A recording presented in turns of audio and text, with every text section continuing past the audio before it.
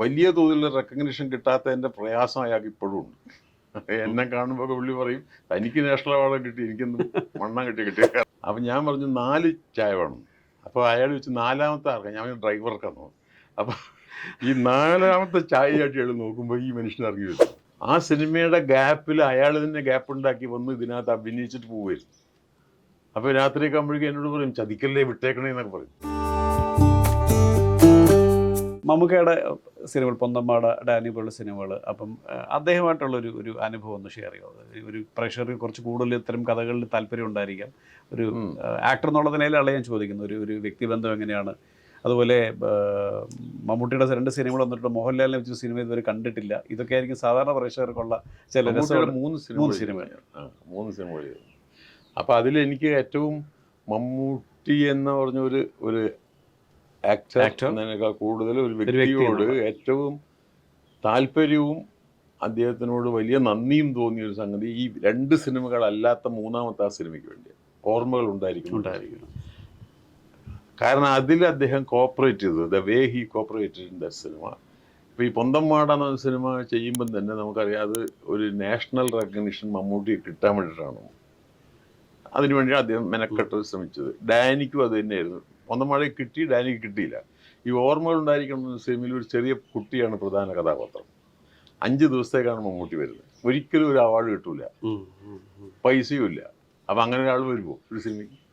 ഇതിൽ ഏതെങ്കിലും ഒന്ന് വേണ്ടേ? അല്ലെങ്കിൽ അത്രയധികം കാശ് കൊടുക്കണം അയാളുടെ അന്നത്തെ നിലയനുസരിച്ച്. അപ്പം അന്ന് കിങ് എന്ന് പറഞ്ഞൊരു സിനിമയുണ്ട്, ഈ ഷാജി കൈലാസ്. അത് കോഴിക്കോട് നടക്കുക. ഞങ്ങൾ മുക്കത്താണ് ഷൂട്ടിങ്. കോഴിക്കോട് നിന്ന് 1 മണിക്കൂറോളം യാത്ര ചെയ്യണം. അവിടെ നിന്ന് മുങ്ങി വന്നിട്ടാണ് ഈ സിനിമയിൽ അയാൾ അഭിനയിക്കുന്നത്. അതിന് അയാൾ അന്ന് വലിയ തുക വാങ്ങിക്കുന്നുണ്ട്. ഈ കിങ് എന്ന് പറഞ്ഞ സിനിമയ്ക്ക് എനിക്ക് അറിഞ്ഞൂടാ, എൻ്റെ പൈസ എത്രയാണെന്ന് അറിഞ്ഞൂടെങ്കിലും ആ കാലത്തെ മലയാള സിനിമയിലെ ഏറ്റവും വലിയ പേയ്മെൻറ്റാണ് അയാൾ വാങ്ങിക്കുന്നത്. അടിപിടിയും ബഹളമൊക്കെ ആയിട്ടുള്ള ഒരു വലിയ സിനിമയാണ് അത്. ആ സിനിമയുടെ ഗ്യാപ്പിൽ അയാൾ തന്നെ ഗ്യാപ്പ് ഉണ്ടാക്കി വന്ന് ഇതിനകത്ത് അഭിനയിച്ചിട്ട് പോവുമായിരുന്നു. അപ്പോൾ രാത്രിയൊക്കെ ആകുമ്പോഴേക്കും എന്നോട് പറയും ചതിക്കല്ലേ, വിട്ടേക്കണേ എന്നൊക്കെ പറയും. കാരണം മറ്റുള്ളവർ അതിൽ കാണിച്ച ആ ഒരു താല്പര്യമുണ്ടല്ലോ, അത് ഞാൻ ഒരു കാലത്തും മറക്കില്ല. നമ്മൾ സലാങ്കാരശ്ശേരി, നമ്മളെ എൻ്റെ സുഹൃത്തായിരുന്നു, സലാങ്കാരശ്ശേരിയാണ് അതിൻ്റെ നിർമ്മാതാവ്. അപ്പോൾ ഇങ്ങനെ ഒരു പയ്യന് വേണ്ടിയിട്ട്, ഈ പയ്യനാണ് അതിലെ പ്രധാനം, എന്തൊക്കെ ചെയ്താലും ആ ചെറിയ കുട്ടിയാണ് അതിലെ പ്രോട്ടോഗോണിസ്റ്റ്. അപ്പോൾ അവനെ ഉണ്ടാവുള്ളൂ അതിൽ വില. അപ്പോൾ ഇയാൾ അതിന് വരണമെങ്കിൽ അത് സിനിമയോടുള്ള താല്പര്യമാണ്, അല്ലെങ്കിൽ എന്നോടുള്ള താല്പര്യം, സിനിമയോടും ആ ഗ്രൂപ്പിനോടും ആ പ്രോജക്റ്റിനോടുള്ള താല്പര്യം. അപ്പോൾ എനിക്ക് ആ 2 സിനിമകളേക്കാളും മാടയും ഡാനിയേക്കാളും ഇയാൾ ഈ സിനിമയിൽ വർക്ക് ചെയ്തതാണ് ഞാൻ എപ്പോഴും ഓർക്കുന്നത്. ഞാൻ എഴുതിയിട്ടുണ്ട് അതിനെപ്പറ്റി, മമ്മൂട്ടിയെ പറ്റി പറയുകയൊക്കെ ചെയ്യുമ്പോൾ നമ്മളത് പലയിടത്തും എഴുതിയിട്ടുണ്ട്. അത് ദാറ്റ് വാസ് വലിയൊരു ജസ്റ്ററായിരുന്നു അദ്ദേഹത്തിൻ്റെ. അതർവൈസ് ഞങ്ങൾ ഈ സിനിമയ്ക്കൊക്കെ വേണ്ടിയിട്ട് എല്ലാ കഷ്ടപ്പെട്ടിട്ടുണ്ട്, മാടയ്ക്ക് വേണ്ടിയും. അതൊക്കെ നമ്മൾ പലവണ്ണം പറഞ്ഞിട്ടുള്ളതാണ്, എല്ലാവർക്കും അറിയുകയും ചെയ്യാം. സിനിമ കൊണ്ട് അയാൾ അത്രത്തോളം എഫർട്ട് ചെയ്തു. അതിൽ കൂടുതൽ അയാൾ നന്നായി അഭിനയിച്ചു എന്ന് എനിക്ക് തോന്നിയ സിനിമ ഡാനിയാണ്. അയാളുടെ ആക്ടിങ്ങിൻ്റെ സ്വഭാവം തന്നെ മാറ്റിയെടുത്തൊരു സിനിമയാണ് ഡാനി. കാരണം ഡാനി ചെയ്യുന്നത് വരെ ഉണ്ടാവുന്ന ഡാനി ചെയ്യുന്നവരെ അയാളൊരു വലിയേട്ടനായിരുന്നു, അങ്ങനെ വരുള്ളൂ. അതിന് ശേഷമാണ് അദ്ദേഹം ഫ്രീ ആയത്. ഡാനിക്ക് ശേഷമാണ് പിന്നെ എന്ത് തമാശയും കാണിക്കാനായത്. He become a free person.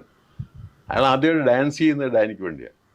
ശരി. അതിനു മുമ്പൊന്നും ഈ പരിപാടി നയാക്കാറുണ്ട്. അതൊക്കെ മോഹൻലാലിനുള്ള ഡിപ്പാർട്ട്മെൻ്റ് ആയിരുന്നു, തമാശ കാണിക്കലും. മറ്റേ എന്താണ് തുറുപ്പ് ഗുലാനും എന്നൊക്കെ പറഞ്ഞ സിനിമകളൊക്കെ വരുന്നത് ഡാനിക്ക് ശേഷമാണ്.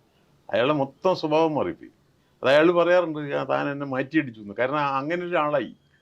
ഒരു ലാഘവം മനസ്സിൽ ലൈറ്റ് ഹാർട്ടഡ് ആയിട്ടുള്ള, മറ്റൊരു ബലം പിടിച്ച ഒരു ക്ലാസിക് നടന്ന അയാൾ വലിയ പെർഫോമൻസ് ഉണ്ട്, ഇല്ല എന്നല്ല ഞാൻ പറഞ്ഞത്. ഈവൻ എൻ്റെ സിനിമയിൽ തന്നെ അയാൾ നന്നായിട്ട് അഭിനയിച്ചിട്ടുണ്ട്, മാടയിലൊക്കെ. പക്ഷേ ഡാനി വരുമ്പോൾ എന്താ Danny freedom as an individual, as an artist. ആ രീതിയിലുള്ള ഒരു വലിയൊരു മാറ്റം ആ സിനിമയ്ക്ക് ഉണ്ടായിട്ടുണ്ട്. അതിന് ആളുകളെടുത്ത് ധാരാളം അംഗീകാരം കിട്ടി. എന്നെ പല ഫിലിം മേക്കേഴ്സ് തന്നെ വിളിച്ച് ചോദിച്ചിട്ടുണ്ട് ഇതെങ്ങനെ സാധിച്ചെടുത്തു. ഞാൻ ഈ അടുത്ത കാലത്ത് ഡെന്നീസ് ജോസഫ് അടുത്ത കാലത്ത് മരിച്ചു. അയാളെ ഞാൻ കണ്ടിട്ടില്ല, അയാളെ ഞാൻ ഫോണിൽ സംസാരിച്ചുള്ളൂ. അപ്പോൾ ആ ഫോൺ ഇതായിരുന്നു. അയാൾ പറഞ്ഞു താനിത് എങ്ങനെ ഒപ്പിച്ചെടുത്തു, ഇയാളെ കൊണ്ട് ഇത് എങ്ങനെ ചെയ്തു എന്നാണ്. കാരണം ഇയാളെ വളയ്ക്കാൻ പ്രയാസമാണ്.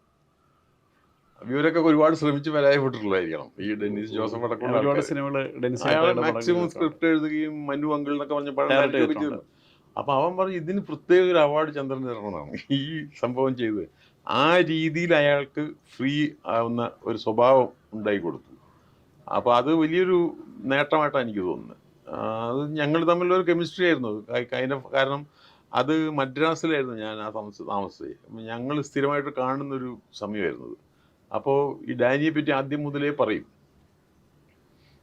അപ്പോൾ അങ്ങനെ പറഞ്ഞ അത് വളരെ മുമ്പേ തന്നെ ആ ക്യാരക്ടർ അയാളുടെ മൈൻഡിലുണ്ട്. അത് പറഞ്ഞിട്ട് 2 വർഷം 3 വർഷം കഴിഞ്ഞിട്ടാണ് ഈ സിനിമ ഷൂട്ടിംഗ് ആരംഭിക്കുന്നത്. അതെ. അതിനിടയ്ക്ക് ഞാൻ വേറെ മങ്കമ്മയൊക്കെ ചെയ്തു.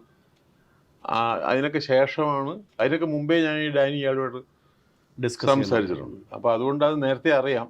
അത് നമ്മുടെ ഒരു കമ്പൈൻ പ്രോജക്റ്റ് ആയിരുന്നു. പക്ഷെ അതിൽ ഒരു വലിയ തോതിലുള്ള റെക്കഗ്നിഷൻ കിട്ടാത്തതിൻ്റെ പ്രയാസം അയാൾക്ക് ഇപ്പോഴും ഉണ്ട്. എന്നെ കാണുമ്പോൾ പുള്ളി പറയും തനിക്ക് നാഷണൽ അവാർഡ് കിട്ടി, എനിക്കൊന്നും മണ്ണം കിട്ടി. കാരണം വെച്ചാൽ ഒരു പൈസ ഇല്ലാതെ അഭിനയിക്കുന്നത്, ഞാനാണ് അതിൻ്റെ പ്രൊഡ്യൂസർ. അപ്പോൾ അയാൾ ആണ്, പൈസയൊന്നും പ്രശ്നമേ അല്ല. അപ്പോൾ ഇടയ്ക്ക് ഇയാൾക്ക് ആ കാലത്തൊക്കെ ഒരു സ്വഭാവമുണ്ട്. ഈ സ്ഥിരമായിട്ടുള്ള മമ്മൂട്ടിയുടെ ഒരു ക്യാരക്ടർ എങ്ങനെ വെച്ചാൽ 2 ആഴ്ചക്കുള്ളൊന്നും, അന്ന് മദ്രാസിലെ ഇദ്ദേഹം താമസം, 2 ആഴ്ചക്കുള്ളിൽ ഒരു ലൊക്കേഷനിൽ നിൽക്കില്ല. അപ്പോൾ അയക്കുന്ന മദ്രാസ് പോയിട്ട് വരണം. അപ്പോൾ എന്നോടും പറഞ്ഞു ഇത്. ഞാൻ പറഞ്ഞു മദ്രാസിൽ പോകണമെങ്കിൽ ടിക്കറ്റ് എടുത്തിട്ട് പോയിക്കോ, എൻ്റെ 10 പൈസയും. അപ്പോൾ അയാൾ ടിക്കറ്റും തരില്ലേ. അമ്മ ടിക്കറ്റിന് കാശില്ല, പോണ്ടാന്നോ. അപ്പം അങ്ങനെയൊക്കെയുള്ള ഒരു രീതിയായിരുന്നു അത്. അപ്പം ഞങ്ങളിൽ ഒരാളായി വസ്തുത്തിൽ. ഞങ്ങളൊരു 10-40 പേര് അവിടെ ഉണ്ട്. ആ 40 പേരിൽ ഒരാൾ. ഞങ്ങളന്ന് ഒരിക്കലും മറക്കാത്തൊരു ഡാനിയുടെ അനുഭവം എനിക്ക് എന്താണെന്ന് വെച്ചാൽ, ഡാനിയുടെ ഷൂട്ടിംഗ് നടന്നുകൊണ്ടിരിക്കുമ്പം ആരിഫ് എന്ന് പറഞ്ഞൊരു ഫ്രണ്ടാണ്, ഇപ്പോഴും നമ്മുടെ അവിടെ ക്ലോസ് ഫ്രണ്ടാണ്. ആരിഫാണ് അതിൻ്റെ പ്രൊഡക്ഷൻ നോക്കിയിരുന്നത്. അപ്പോൾ ആരിഫിൻ്റെ കയ്യിലാണ് ഇതിൻ്റെ പൈസയൊക്കെ ഉള്ളത്. അപ്പോൾ ആരിഫ് രാവിലെ എന്നെ വിളിച്ച് വന്നിട്ട് പറഞ്ഞു 50 ഉറുപ്പ്യ മറ്റുള്ളൂ കയ്യിൽ ഈ മൊത്തം യൂണിറ്റിന്. ഈ പച്ചക്കറി ഒന്നും വാങ്ങിക്കാനൊന്നും കാശില്ല. അപ്പോൾ എന്ത് ചെയ്യുന്നൊക്കെ. അപ്പോൾ ഞാൻ എന്ത് ചെയ്യുന്ന കറക്റ്റായിട്ട് അന്ന് വൈകുന്നേരം തിരുവനന്തപുരത്ത് സൂസന്നയ്ക്ക് ബെസ്റ്റ് ഡയറക്ടർ അവാർഡ് മാതൃഭൂമിയിൽ. അതിൽ മമ്മൂട്ടി ബെസ്റ്റ് ആക്ടറാണ്. ലോഹിദാസിൻ്റെ ഒരു പടമുണ്ട് അരയന്നങ്ങളുടെ വീട്, അതിന് മമ്മൂട്ടിക്ക് ബെസ്റ്റ് ആക്ടർ. സൂസന്നയ്ക്ക് വേണ്ടി KG ജയൻ, അവനായിരുന്നു സൂസന്നയുടെയും ക്യാമറാമാൻ, ഡാനിയുടെയും. അപ്പോൾ അവനാണ് സൂസന്നയ്ക്ക് വേണ്ടി ക്യാമറാമാൻ. അപ്പം ഞങ്ങൾ 3 പേരും പോയാൽ ഷൂട്ടിംഗ് ഉണ്ടാവില്ലല്ലോ. 3 പേരും തിരുവനന്തപുരത്ത് പോവുകയാണ്. അപ്പം ഞാൻ ആരിഫിനോട് പറഞ്ഞു ബാക്കിയുള്ളവരോടൊക്കെ പറഞ്ഞേക്ക് ഇങ്ങനെ അവാർഡ് വാങ്ങിക്കാൻ പോയിരിക്കുകയാണ്, അല്ലെങ്കിൽ ഷൂട്ടിംഗ് നടക്കില്ല, പൈസയില്ല. പക്ഷെ അവാർഡ് വാങ്ങിക്കാൻ പോയതാണ്. അതുകൊണ്ട് പോയി വരുമ്പം നമുക്ക്. അപ്പോൾ അതുവരെ എങ്ങനെയെങ്കിലും ആരിഫ് മാനേജ് ചെയ്യും. ഒരു ദിവസം വെറുതെ ഇരിക്കുന്നവർക്ക് ഭക്ഷണം കൊടുക്കില്ലേ ഉള്ളൂ, അതെങ്ങനെയും മാനേജ് ചെയ്യും. അങ്ങനെ ഞങ്ങൾ 3 പേരും പോയി അവാർഡ് വാങ്ങിക്കുന്നു. രാത്രി ഇവിടെ ചന്ദ്രശേഖരനാഥ് സ്റ്റേഡിയത്തിലായിരുന്നു അവാർഡ്. നമ്മുടെ വീരേന്ദ്രകുമാർ ഒക്കെ ഉണ്ടെന്ന് ഞാൻ അദ്ദേഹത്തിന് ആദ്യമായിട്ടും അവസാനമായിട്ടും സംസാരിച്ചു ആ ദിവസം. അപ്പോൾ അവാർഡൊക്കെ കഴിഞ്ഞപ്പോഴേക്കും ഞാൻ മമ്മൂട്ടിയോട് പറഞ്ഞു ഇമ്മീഡിയറ്റ് നമുക്ക് പോകണം. അപ്പോൾ എനിക്ക് 75,000 രൂപയാണ് അവാർഡ് കിട്ടിയത്. ഈ 75,000 രൂപ കൊണ്ടുപോയി ക്യാഷ് ആക്കണം. ആലപ്പുഴയാണ്. അപ്പോൾ ഇമ്മീഡിയറ്റ് ആലപ്പുഴ എത്തണം. ഏർലി മോർണിംഗ് ഷൂട്ടിംഗ് തുടങ്ങാനുള്ള. അങ്ങനെ അപ്പം ജയനും മമ്മൂട്ടിയും ഞാനും ശ്രീകുമാർ, അന്ന് എൻ്റെ സുഹൃത്തായിരുന്നു ശ്രീകുമാർ ആ പടത്തിൽ അഭിനയിക്കുന്നുണ്ട്. P. ശ്രീകുമാർ. അയാൾക്ക് അവാർഡിലും അയാൾ ഞങ്ങളോട് വന്നിട്ടുണ്ട്. അപ്പം ഞങ്ങളിങ്ങനെ 4 പേരും മമ്മൂട്ടിയുടെ എന്തൊരു BMW അങ്ങനെ ഒരു വലിയ കാറുകളിൽ അദ്ദേഹം വണ്ടി ഓടിക്കുകയാണ്. വണ്ടി ഓടിക്കുമ്പോൾ ഞാൻ പറയുന്നത് ഫാസ്റ്റ്നെസ് പോരാന്നാണ്. ഓ അത് ശരി. ഒറ്റടിക്കണിയാണ്. നമുക്ക് ജനറലി അത്ര സ്പീഡിൽ ഓടിക്കുന്ന ഒരാളും കൂടിയാണ്. അതിലും മേലെ കയറുകയാണ് ഞാൻ. അപ്പം അന്ന് നല്ല രസമായിട്ടുള്ള കാര്യം, ഒരു 3 മണിയൊക്കെ ആയപ്പോൾ ഞങ്ങൾ ആലപ്പുഴയ്ക്ക് അടുത്ത് എവിടെയോ സ്ഥലത്തെത്തി. അപ്പോൾ ചായ കുടിക്കാൻ വേണ്ടി നിർത്തിയപ്പം ഒരു പ്രായമുള്ളൊരു മനുഷ്യൻ ഒറ്റയ്ക്ക് നടത്തുന്ന ഒരു ചായക്കടയാണ്. പുലർച്ചെ 3 മണിക്കാണ്. ഈ വണ്ടി ഓഫീസിൽ ഞങ്ങൾ 3 പേര് ആദ്യം പോയി. അപ്പം ഞാൻ പറഞ്ഞു 4 ചായ വേണം. അപ്പോൾ അയാൾ വെച്ച് 4ാമത്തെ ആർക്കാണ്. ഞാൻ ഡ്രൈവർക്കാണ് തോന്നുന്നു. അപ്പോൾ ഈ 4ാമത്തെ ചായയായിട്ട് അയാൾ നോക്കുമ്പോൾ ഈ മനുഷ്യൻ ഇറങ്ങി വരുന്നു. അയാൾ പുറകോട്ട് വീണു. ഈ വയസ്സൻ അതേ ഒരിക്കലും പ്രതീക്ഷിക്കുന്നില്ല. ഒരു ലൈറ്റൊക്കെ ആയിട്ട് ഇയാളിങ്ങനെ ഡ്രൈവർ വരുന്നു. ഞാൻ 4ാമത്തെ ചായ എപ്പോഴും ഡ്രൈവർക്കാണല്ലോ. അപ്പം അങ്ങനെയൊക്കെ ആയിട്ട് ഞങ്ങൾ രാവിലെ അവിടെ എത്തി.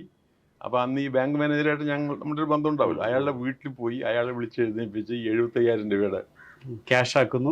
ക്യാഷ് ആക്കി. അപ്പോൾ അതിനിടയിൽ ഈ 50,000 രൂപ ഇയാളുടെ കയ്യിലുണ്ട്. അതിന് ഞാൻ കൊതിയോടെ നോക്കുന്നുണ്ട്. ക്യാമറമാൻ്റെ അല്ല, മമ്മൂട്ടിയുടെ കയ്യിൽ. അപ്പോൾ അയാൾ പറഞ്ഞു ഇത് ഞാൻ ഭാര്യയ്ക്ക് കൊടുക്കാൻ തരില്ല, ചോദിക്കാതെ തന്നെ തരില്ല എന്ന് പറഞ്ഞു. ഞാൻ ഇങ്ങനെ ഇടയ്ക്ക് വണ്ടി ഓടിക്കുമ്പം അല്ല അദ്ദേഹത്തിന് മനസ്സിലേക്കാണ് ഇതിലേക്ക് ഒരു നോട്ടം നോട്ടം വന്നു. അപ്പോൾ തന്നില്ല.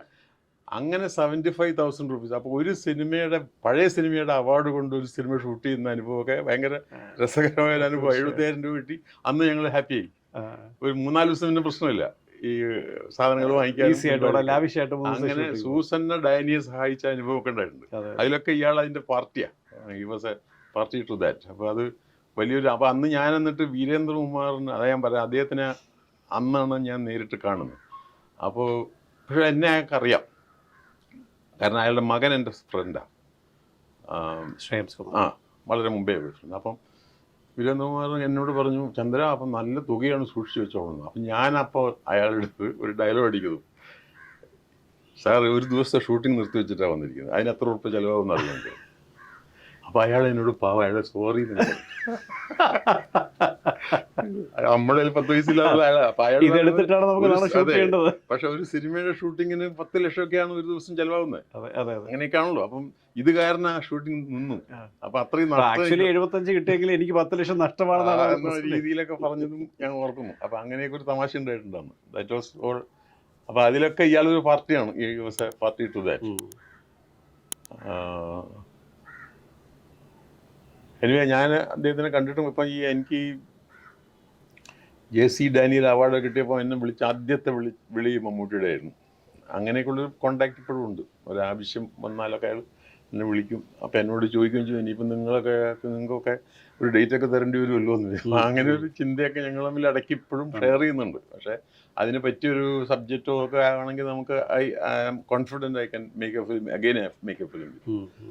അയാളാണെങ്കിൽ ഇപ്പം പറന്ന് നടക്കുകയാണല്ലോ ഓരോ. അതുപോലെ ഒരു ഈ പൃഥ്വിരാജിൻ്റെ ഒരു ഇടയ്ക്കൊരു വീഡിയോ വളരെ വൈറലായിരിക്കും. ഇത് മമ്മൂക്കയുടെ ബർത്ത്ഡേക്ക് വിഷ് ചെയ്താന്ന് തോന്നുന്നു. അപ്പോൾ അദ്ദേഹം രാജു പറയുന്നത് 70 വയസ്സിന് ശേഷമായിരിക്കും, കുറേ നേരത്തെ ഉള്ളൊരു 70 വയസ്സിന് ശേഷമായിരിക്കും മമ്മൂക്കയുടെ ഏറ്റവും നല്ല ക്യാരക്ടേഴ്സ് വരുന്നതെന്ന് രാജുവിൻ്റെ ഒരു പ്രഡിക്ഷൻ പോയപ്പോൾ. ഇപ്പോൾ സംഭവിക്കുന്നത് നല്ല സിനിമകളുടെ തെരഞ്ഞെടുപ്പിൻ്റെ ഭാഗമായിട്ട് മമ്മൂക്കയും അദ്ദേഹത്തിൻ്റെ പ്രൊഡക്ഷൻ മാറിക്കൊണ്ടിരിക്കുക. അപ്പം കൊമേഴ്ഷ്യൽ വയബിലിറ്റിയിൽ ഉപരിയായിട്ട് കുറെ കൂടെ ഒരു ആക്ടർ എന്നുള്ള നിലയിലും അദ്ദേഹത്തിന് കുറെ കൂടെ എക്സൽ ചെയ്യാൻ പറ്റുന്ന ഒരു പടങ്ങളിലേക്ക് മാറിക്കൊണ്ടിരിക്കും. അപ്പോൾ തീർച്ചയായിട്ടും എനിക്ക് തോന്നുന്നു ഇനിയും കൂടുതൽ കഥകളും കഥാപാത്രങ്ങളും സാറിൻ്റെ രീതിയിലും ഉണ്ടാവാൻ വളരെ സാധ്യതകൾ മുമ്പിൽ തന്നെ ഉണ്ട്. നമുക്കിടെ കേസിലാണ് അത് ഞാനും കൂടി നമുക്ക് സാധിക്കണം. അതെ, അത് അങ്ങനെയൊക്കെ ആണെങ്കിൽ ആലോചിക്കാവുന്നു. അപ്പം ഞാൻ അങ്ങനെയൊന്നും ആലോചിച്ചിട്ടില്ല. പക്ഷെ ഞാൻ പറയാം, we have A good relationship even now.